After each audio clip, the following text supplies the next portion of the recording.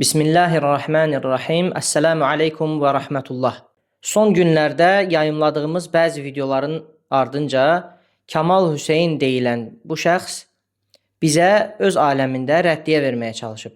Və rəddiyəsində bizdən çıxıb bu mövzuda ona geri cavab olaraq video çəkməyimizi istəyir. Bu şəxs elm əhli olmadığından, cahil olduğundan dolayı buna heç məhəl belə qoymadıq.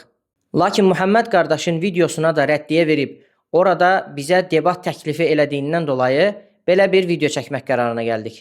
Buradan açıq olaraq deyirik, nə qədər də layiq olmasan belə, sənin debat təklifini sırf insanların şübhəsini aradan qaldırmaq üçün, insanları azdırmamağınız üçün qəbul edirik.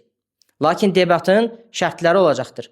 Debatın şərtlərindən biri budur ki, mövzu Allah Əzzə və Cəllənin ad və sifətləri barəsində olacaq. Daha sonra debatda küçə ağzı ilə yox, əxlaqlı formada danışılacaq. Həmçinin debat onlayn formada yox, üzbəüz olacaq. Canlı formada yəni.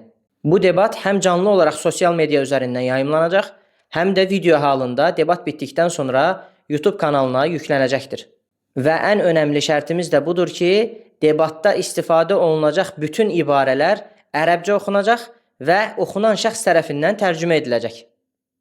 Əgər bu şərtlərə razısansa, gəl debat edək və bütün Azərbaycana isbat edək ki, sən həm üsul elmlərindən, həm də alət elmlərindən xəbərsizsən. Həmçinin öz əqidəni belə bilmirsən. Daha belə deməyək, kafedə oturmuşam, gəlin burada mən sizi gözləyirəm, münazirə edək. Bacarırsansa gəl, münazirəni təşkil edirik, öz kameralarını da, öz adamlarını da götür, gəl danışaq. Gələrdim. Sizin mədrəsənizə gələrdim. Dəvət etsəydiniz gələrdim o sizin mədrəsənizə. Bir gəlin oturub baxım görün nə yeyib, nə içirsiniz orada. Çox güman ki, hər zaman olduğu kimi indi də bəhanə edib gəlməyəcəksən. Ona görə də bu işlərə burnunu soxma. Nəriman xocamın da vaxtı ilə sənə nəsihət etdiyi kimi, mən də nəsihət edirəm ki, get ağac filan ək.